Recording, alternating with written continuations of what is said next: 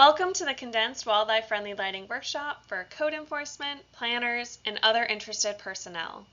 Over the course of this workshop, we will cover the problem of artificial lights on sea turtle nesting beaches, the best practices for managing artificial lights, and the laws surrounding lighting. This is a condensed version of our longer 3.5-hour live workshops. This presentation will be broken up into 3 main parts, each about 10 to 20 minutes long, with conclusions at the end of each part. Before we get into the presentation, we wanted to give you a little background information. Sea Turtle Conservancy, or STC, is the oldest sea turtle organization in the world. STC is a nonprofit which is based in Gainesville, Florida, and was founded in 1959 by Dr. Archie Carr, who is seen here, and was considered the father of sea turtle research. STC's mission is to protect sea turtles through research, education, and policy initiatives throughout Florida and the Caribbean. One of our major programs in Florida focuses on retrofitting problematic beachfront lighting. Since this work began in 2010, we have retrofitted more than 300 coastal properties. All right, let's get into the workshop content. Humans illuminate the night for a multitude of reasons. However, these lighting decisions contribute to light pollution and can have negative impacts on the environment.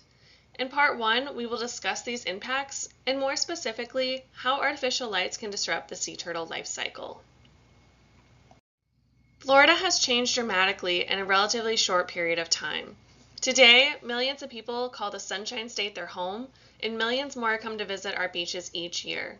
The result is our population centers illuminate the night sky, brightly defining the coastline. The rapid development of Florida's coast can be seen in these photographs of Miami Beach in 1920 and the same stretch of beach nearly 100 years later. Coastal development results in more sources of artificial light. Single and multifamily homes, resorts, roadways, restaurants, entertainment, and special events all contribute to light pollution. In addition to direct sources of light, sky glow, or the cumulative amount of indirect light produced by populated areas, can also pose a problem for sea turtles. Artificial lights affect the natural behaviors of many species of wildlife, such as bats, birds, moths, and fireflies. While the issue extends well beyond the marine environment, our focus is on sea turtles. Sea turtles are an ancient group of reptiles that have been around for about 110 million years, which is even older than the age of the dinosaurs. Sea turtles live for many decades and pass through many oceanic and nearshore phases during their life. Adult females will crawl onto the beach multiple times during the same season to drop their eggs into a self-dug chamber. Their parental investment is the yolk left behind for the nourishment of the embryo and the location where she deposits her nest. Because of this, many females are particular when choosing a nest site. After about 2 months, hatchlings emerge from the nest in large numbers and make a mad dash for the ocean. They are extremely vulnerable during this process and face many predators both on the beach and in the water. For this reason, it is critical that hatchlings leave the nest at the most opportune time to increase their chances of survival, which is usually at night. Once they enter the ocean, hatchlings will swim for hours until they reach open water. Here they can finally rest. Their best chance of survival is to become lost in the vastness of the open ocean, associating themselves with places where they can hide and find food. In Florida, females crawl up on the beach to lay eggs from March through October. Of the nesting that takes place in the United States, 90% occurs on Florida's beaches, making Florida a hotspot for sea turtle nesting in the United States. Today, sea turtles face a number of threats.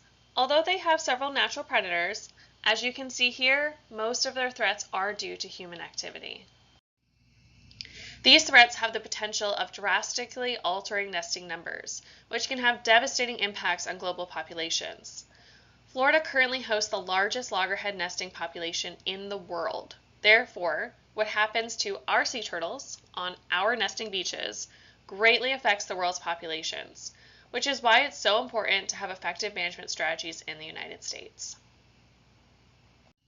In addition to hatchling emergence, nesting also typically takes place at night.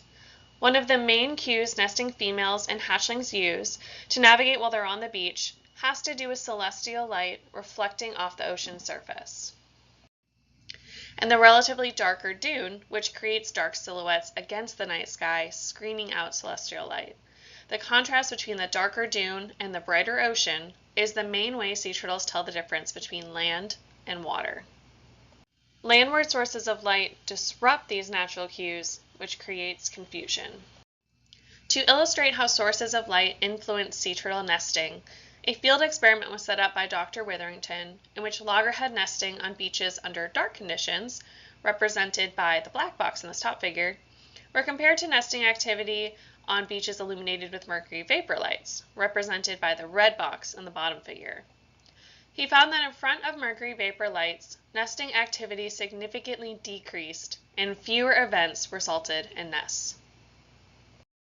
The conclusion is fewer adult female turtles emerge on artificially lit beaches, and those that do are more likely to turn around and go elsewhere. Pictured here is a false crawl in which a female came up on the beach but returned to the ocean without nesting. When nests are laid in areas with poorly managed artificial lights, such as this one, hatchlings can also be affected. There are two different ways that hatchling orientation can be altered. The first is through misorientation, where hatchlings move in distinct paths away from the water, as you can see by these tracks. Tracks from misorientations can help code enforcement distinguish which properties have problematic lights. Hatchlings can also become disoriented, in which they travel in zigzag paths in search of the ocean. This confusion is evident by the tracks seen here in this example. Disoriented hatchlings can spend hours wandering on the beach, using up their limited energy reserve needed for their race to the sea. Marine turtle permit holders record misorientations and disorientations through the Survey 123 app created by Florida Fish and Wildlife Conservation Commission, or FWC. These reports are used as evidence that a problem exists and should be investigated further by code enforcement with a nighttime survey. There are multiple factors that affect the amount of light trespass on beaches. The first is beach topography. A natural dune barrier combined with a relatively steep and narrow beach is more likely to block artificial light sources. In contrast, a wide, flat beach is more likely to allow artificial light to reach the sand and be more visible. Another factor is the amount of vegetation on a property. Dense vegetation can block artificial light from reaching the beach. However, if it is sparse, artificial light trespass on the beach is more likely. Keep in mind this extends beyond just your property, as your neighbor's choices in vegetation, or lack thereof, can impact you as well. It is best to have native vegetation that blocks light and traps sand, which in turn is better for sea turtles and helps protect your home during storm events. Change of property ownership is another big factor. New owners or renters might install new fixtures or bulbs that are not compliant with lighting codes. A property that did not have a lighting violation one year may be in violation the next because of this turnover. In addition, with the number of tourists that use vacation rentals around the state, solving these issues can be difficult, as many guests may not be aware of local lighting codes or even know that sea turtles nest in the area. Conclusions from Part 1. Human populations have grown exponentially along Florida's coastline. People are increasingly reliant on artificial light, which impacts a wide range of wildlife. Artificially lit beaches confuse nesting females and hatchling sea turtles, reducing nesting success and hatchling survival. The largest loggerhead nesting site in the world is found in Florida. What happens to sea turtles on our beaches can greatly impact global populations. Beach topography, vegetation, and homeownership vary over time, making artificial light an ongoing issue that is constantly changing. This concludes Part 1 of the workshop. Please proceed to Part 2 to learn more about the best practices for managing artificial light. Now that we have a better understanding about how sea turtles are affected by artificial light, we are going to discuss ways to manage light pollution on sea turtle nesting beaches in Part 2. It is important to note when describing light fixtures and bulbs that turtle safe is not a correct term because no artificial lights are truly safe for sea turtles. The best option for sea turtles is to exclude all forms of artificial light. However, we understand that this is not entirely practical, which is why it is important to consider what purpose a light is serving on a property. Artificial light should only be used if it is needed. Begin by removing any exterior unnecessary or decorative lights. For lights with purpose, the state of Florida, along with other scientists and technical advisors, developed 3 simple guidelines for managing problematic exterior beachfront lighting. The first rule is to keep it low. Mount fixtures as low to the ground as possible to direct light where it is needed. In this example, tall, unshielded white pole lights are being used to illuminate a pathway. When we reduce the mounting height of these poles and use amber LED bollards with directional louvers, there is actually more light reaching the intended surface. Keeping it low also refers to lowering the watts and lumens used to illuminate a task. Watts indicate how much energy is used, while lumens measure the intensity of light emitted from a source. Oftentimes, too much light is used for a given task. Keeping the lumens down will help sea turtles and other wildlife, and keeping the watts down will help save money and energy. The second rule is to keep it shielded. Shielding directs light where it is needed for its intended purpose. This diagram demonstrates how light that is not shielded creates a lot of light pollution, contributing to sky glow. However, when a fixture is fully shielded, the amount of light pollution decreases. The best option is to use a shielded fixture in which the source of light, such as the bulb itself, is completely covered by an opaque material to prevent light from being directly visible from the beach. In this graph, the blue line on the bottom is the light distribution from an unshielded fixture. The orange line on the top is the same fixture with a shield installed. Between 0 and 55 feet, a shielded fixture allows more light to reach the ground because it's concentrating the lumens and increasing the brightness. Fixtures mounted on poles are often not shielded, but should be given their height. On the left is an example of a problematic pole light that is directly visible from the beach and contributed to sea turtle disorientations.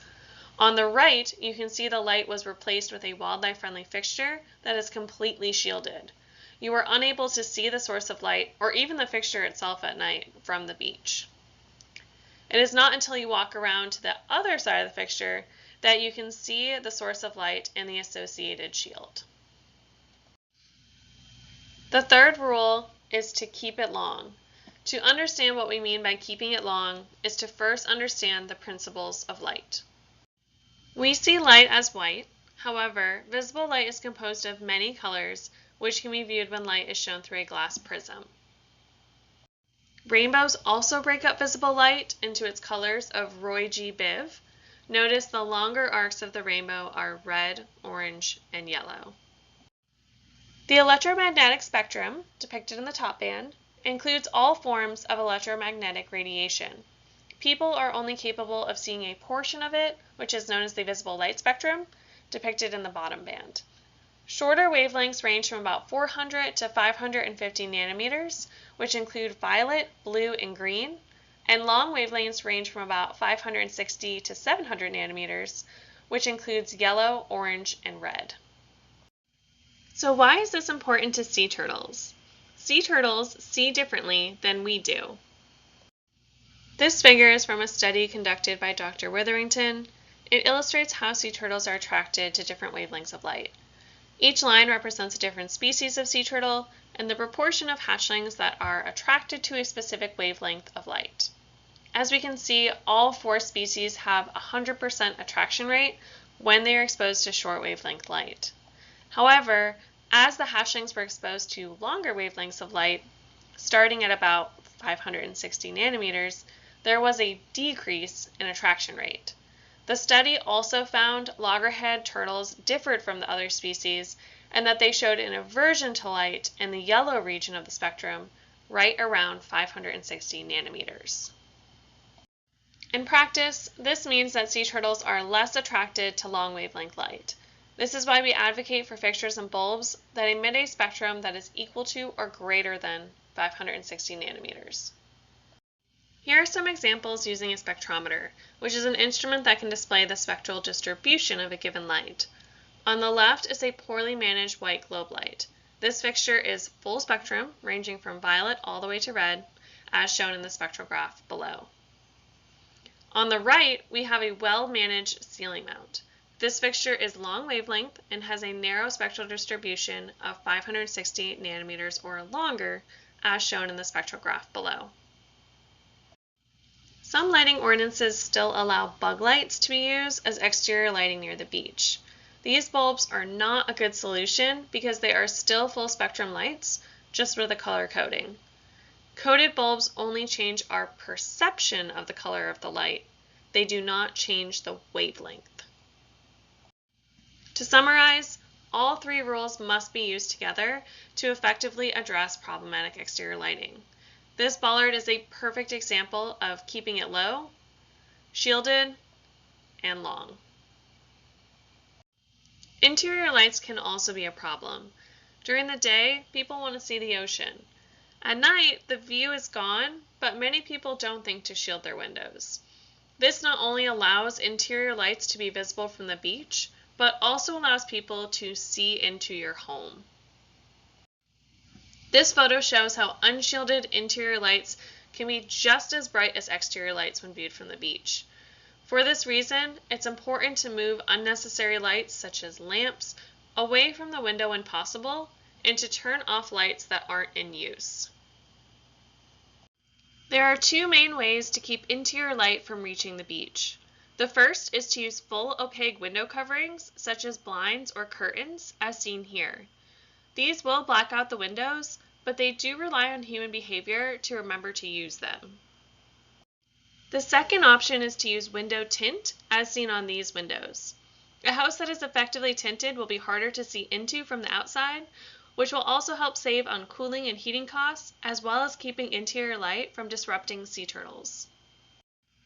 Tinting windows allows for visible light to enter inside, but reduces the amount of interior light allowed outside. Tint companies market window tint with 45% visual light transmittance, or VLT, as turtle glass.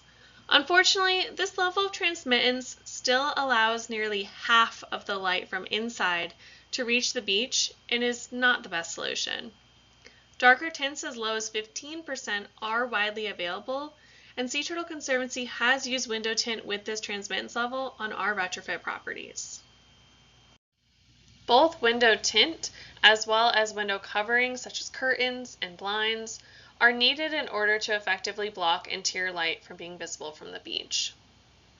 Now that we have discussed the best management practices for exterior and interior lights, we wanted to address some common misconceptions about wildlife-friendly lighting. The most common myth that we hear about retrofitting fixtures is my property will be less secure if I reduce my light.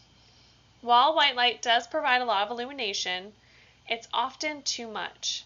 Our vision is limited only to the area of white light, creating deep shadows outside of it. This means our overall vision actually becomes worse near a brightly lit area. The glare from the light can also cause temporary blindness, think car headlights coming towards you at night, which keeps things in the shadows hidden. When we eliminate this glare by shielding the light, we now see a person clearly standing in front of the open gate. How many of you saw him before the light was shielded? There is no evidence that reducing light increases crime. However, there is evidence that reducing light increases people's fear of crime.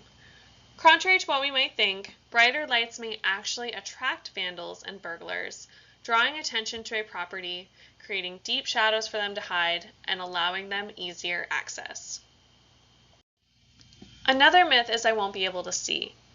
There is a misconception that wildlife-friendly lights are going to be less intense compared with other lighting and make a property darker. While amber lights may seem darker, this is just our eye's perception, and in some cases an amber light may actually be more intense. To build on this, our eyes also have a natural capability to adjust to different ambient levels of light. Did you know the dimmest light in which our eyes can function is equivalent to conditions of an overcast night with no moonlight? It is also important to remember that safety is our #1 priority, and safety is a separate issue from security. We encourage working with beachfront owners to provide adequate safety to light public areas and meet specific code requirements. Another myth is that it'll be too expensive to retrofit my lights. While LED technology continues to become cheaper, it is true that initially it's more expensive. However, in comparison with incandescent bulbs, LED bulbs last up to 25 times longer and have far lower wattages, which reduces energy consumption and our carbon footprint. In the long term, a switch to LED lights can save you around 75% in electrical costs, according to the Department of Energy. Another myth is that my property will be unattractive. Although this is subjective, we don't think wildlife-friendly lighting is unattractive, nor do others who have retrofitted their properties. We've actually heard feedback that it provides a luxurious feel, as it ensures that the color and distribution of light is uniform throughout the property. Here are some before and after examples of properties that have been retrofitted with wildlife-friendly fixtures. Note the foot candle measurements on each photo. A foot candle is a measurement of illuminance or light intensity. A foot candle is defined as 1 lumen per square foot according to the model lighting ordinance, and in each example, the foot candle measurements at each location decreased after the property was retrofitted, while still meeting proper safety codes. Alright, let's look at a couple examples. Shown here is a single-family home attempting to be wildlife-friendly by using shielded fixtures. Although these fixtures are a warmer Kelvin temperature, they are still full-spectrum white lights. In addition, the interior lights are almost as bright as the exterior fixtures. The addition of long-wavelength LED bulbs for their shielded fixtures, a long-wavelength underwater pool light, and tinted windows at 15% VLT brought this property into compliance. Here's another example. This resort had unshielded, bright white lights throughout the carport on the north side of the building, string lights and accent lighting over the central beachfront restaurant and event spaces, reflective light in the beachfront staircase, floodlights and uplights around the pool area, and unshielded pole lights in both parking lots on either side of the building. We provided shielded, long wavelength fixtures for the carport. As a side note, you can hardly see these fixtures from the beach as depicted in this photo. We also provided a suspended catenary system for the restaurant, downlights for the event spaces, amber alternatives for the beachside staircase, shielded fixtures throughout the pool area, long wavelength underwater pool lights, and shielded pole lights for both parking lots on either side of the building. Since this is such a large property, and it can be challenging to see different aspects of the retrofit from the beach, we also wanted to provide some close-up photos of specific areas to better illustrate what these wildlife-friendly solutions can look like. Pictured here are photos of the beachside restaurant, event space, parking garage, and one of the parking lots. Conclusions from Part 2. There are 3 simple ways to fix problematic exterior lighting. Keep it low, shielded, and long. Interior light can sometimes be just as bright as exterior light. Using window tint and window coverings can help block it from reaching the beach. Adequate lighting can improve our overall vision, reducing glare and eliminating deep shadows. Safety requirements and building codes can be met using wildlife-friendly lighting, and light pollution is manageable. This concludes Part 2 of the workshop. Please proceed to Part 3 to learn more about the laws surrounding lighting and evaluating the extent of the problem.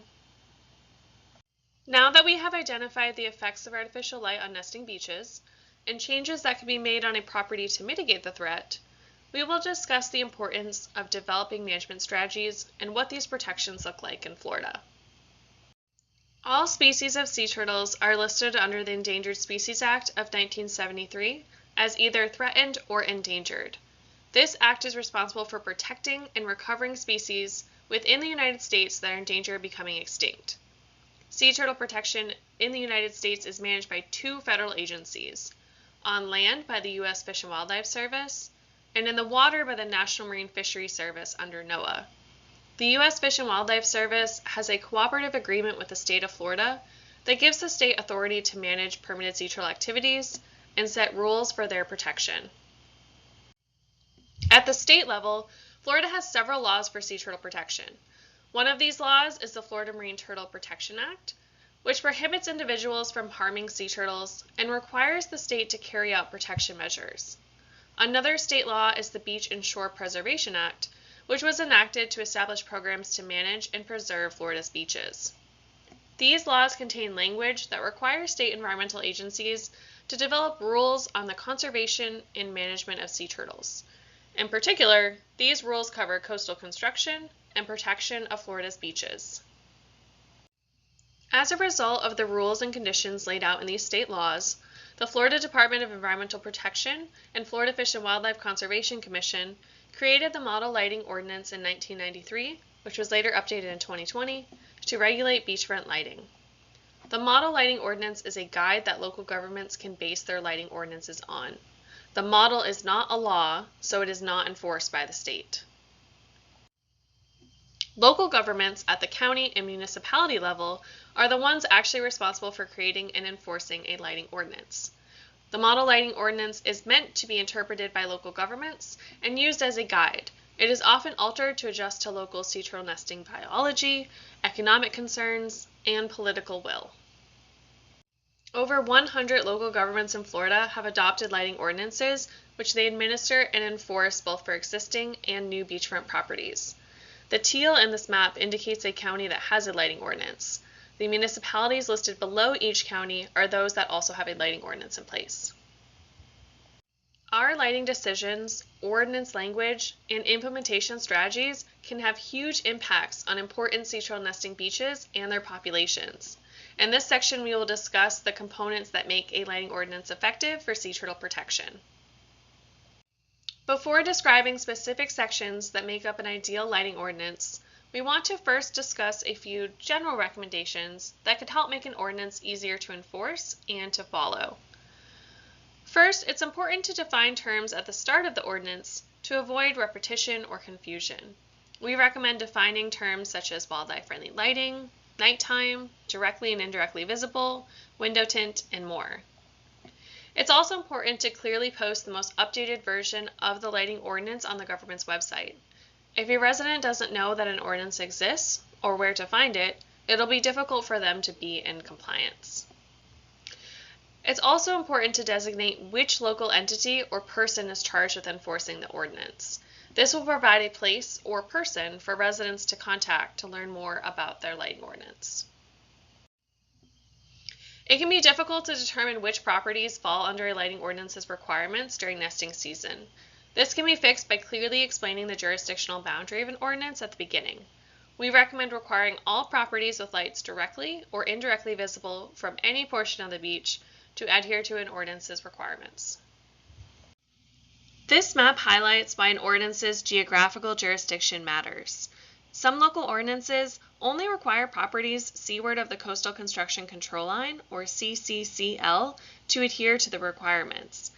In this scenario, properties with lights that are visible from the beach but are located just across the street would not be covered under the ordinance and could continue to contribute to disorientations. The timing of an ordinance's requirements is just as important as the jurisdictional boundary.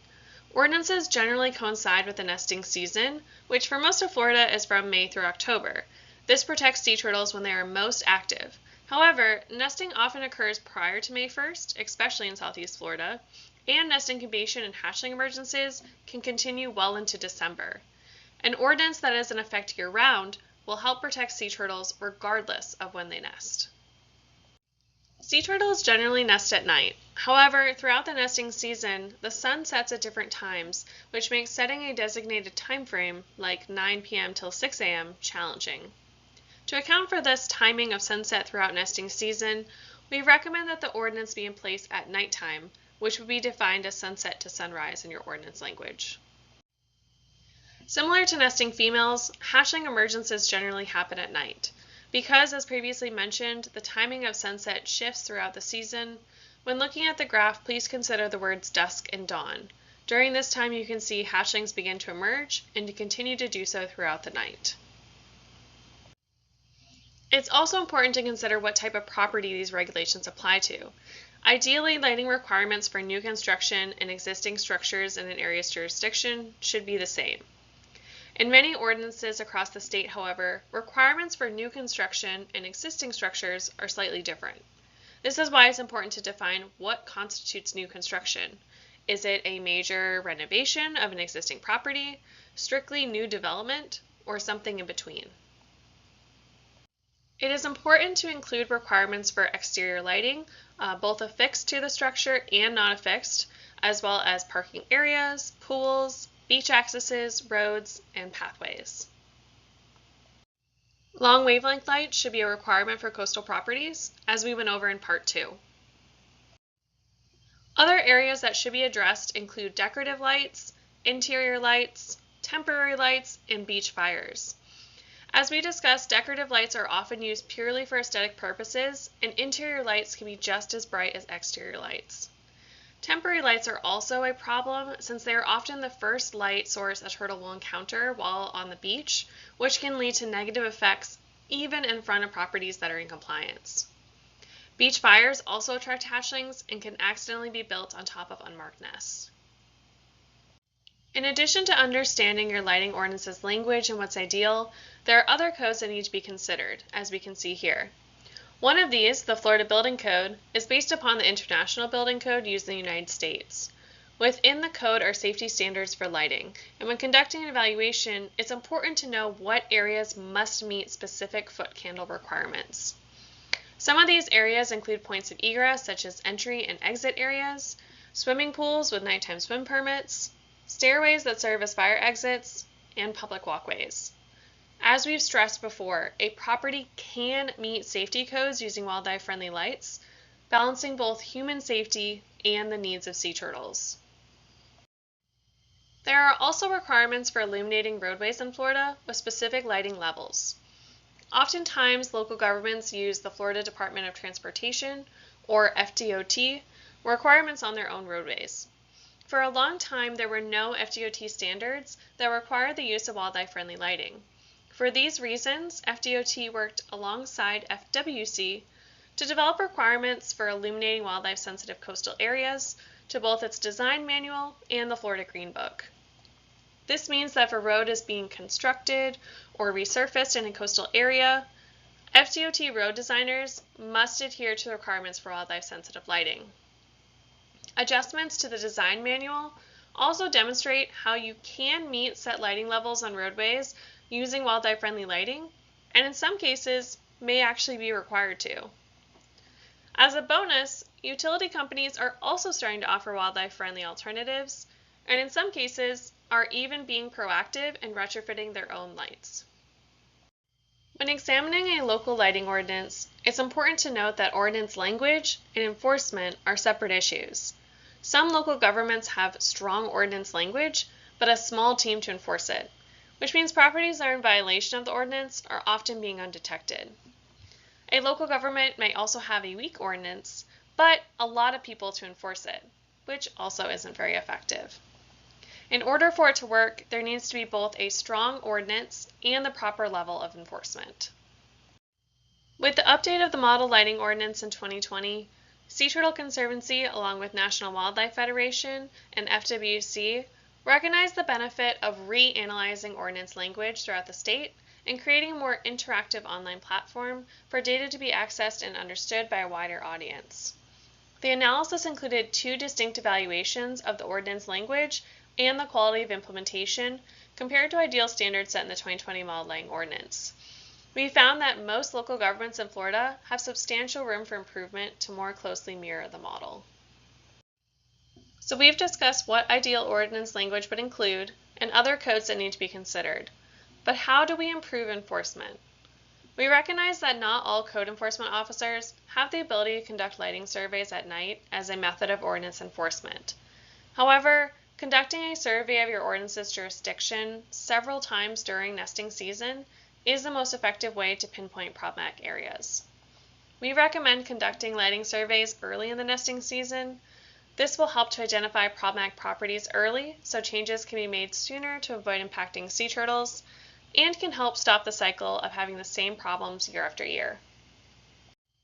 Here is a list of some equipment we recommend using to effectively conduct a lighting evaluation.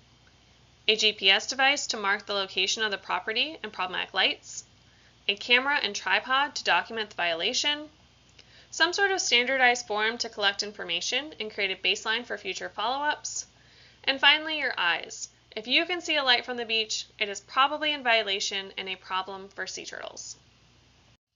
We are going to go through some basic information that you should collect on a nighttime survey. To start, it's important to note the property type and address. What kind of property you're looking at will determine what codes need to be met, and the address will identify which property is in violation so you can revisit it at a later time. You will also want to record the date and time of the observation to document that this violation was observed within nesting season when the ordinance is in effect. Which lights are a problem will depend on your code. However, an ideal ordinance can be summarized by the statement, if the light source can be seen anywhere on the beach, it's in violation. When you examine a property from the beach, you should look at it from many different viewpoints and from many different distances down the beach. Oftentimes, lights that are not visible from directly in front of the property can be seen from the side, as we can see in this example. You'll also want to characterize the source of light. There are 3 common types of lights that can be viewed from the beach: directly and indirectly visible exterior lights, as well as interior lights. Giving labels to fixture types helps you organize your data and suggest alternatives for the property to retrofit with. The names are usually self-explanatory and refer to where the fixture is mounted and what their purpose is. You'll notice that some have no other purpose other than being decorative. The location of the fixture on the property is also very important, so you can make sure the property representatives know exactly which fixture you're referring to. Sometimes when you're on the beach at night, you might see a problematic light but be unsure where the light is located and what it is actually lighting. For example, we can see a couple pole lights on the left side of this image, but we're unsure if these are lights for a parking lot, a pool, or perhaps something else. We can write down the general location of these pole lights and revisit the property the next day to confirm. For code enforcement, it's important to follow up with properties that are in violation. We suggest scheduling a daytime meeting with the property representatives on site so you can get a closer look at the fixtures and provide potential solutions. This is extremely important since most people do not have a lot of knowledge about wildlife-friendly lighting and don't really know where to start. So educating a property owner or manager and providing them with potential solutions and even outreach materials and other resources is crucial. Florida Fish and Wildlife Conservation Commission's website is a great resource to start with. There is information on the 3 rules of wildlife-friendly lighting, an interactive map of disorientation data for the state, information on certified wildlife-friendly fixtures and bulbs, and local lighting ordinance information characterized by county. You can also get information on how to reduce inland light pollution and its harm on the environment through the International Dark Sky Association's website. If you're looking to adopt a dark sky ordinance for an inland city, this is a great resource to start with. Just keep in mind that just because a fixture is dark sky approved does not necessarily mean that it's wildlife friendly. However, all wildlife friendly fixtures are dark sky approved. Our website is also a great resource. It includes examples of wildlife-friendly fixtures and bulbs, photos of different lighting applications at our retrofit properties, and information about ordering wildlife-friendly lights. We also have updated PDFs of our outreach materials, which we can send you if you're interested. Conclusions from Part 3. Sea turtles are protected by federal and state laws. Lighting ordinances are adopted, administered, and enforced by the local government, not the state. Variations in ordinance language and enforcement strategies have a large impact on the effectiveness of an ordinance. It's important to consider other codes, such as the Florida Building Code, to ensure a property is meeting all requirements for human safety. Conducting lighting surveys at night, starting early in the nesting season, and providing resources to property representatives are key for solving lighting issues. All right, now that we have all this really great information, what do we do with it moving forward? First off, we encourage you to examine the language and enforcement strategies implemented in your area to see if there are sections that could be adjusted to better reflect the updated model laying ordinance for sea turtle protection. We also recommend that you provide resources and solutions for residents and visitors that might not be aware that turtles nest in your area, or they might want to help with the cause and don't really know where to begin. And finally, connect with your community. Forming relationships not only with property owners to get their home in compliance, but also with lighting distributors and sea turtle permit holders is extremely important. Everyone has a part to play, and all of us working together towards the same goal can make a huge impact. To close, we'd like to end this workshop by reminding you that light pollution is manageable. While it's a worldwide issue, once addressed, light pollution does not linger in the environment, unlike other pollutants. It is our hope that you take what you've learned and help others make better lighting decisions that are less disruptive to the environment. Thank you for being part of the solution. We appreciate your time in listening to this condensed workshop. This project is supported by the National Fish and Wildlife Foundation in cooperation with state and federal agencies. We would like to thank our funding sources as well as our colleagues for all of their help in making this workshop a continued resource.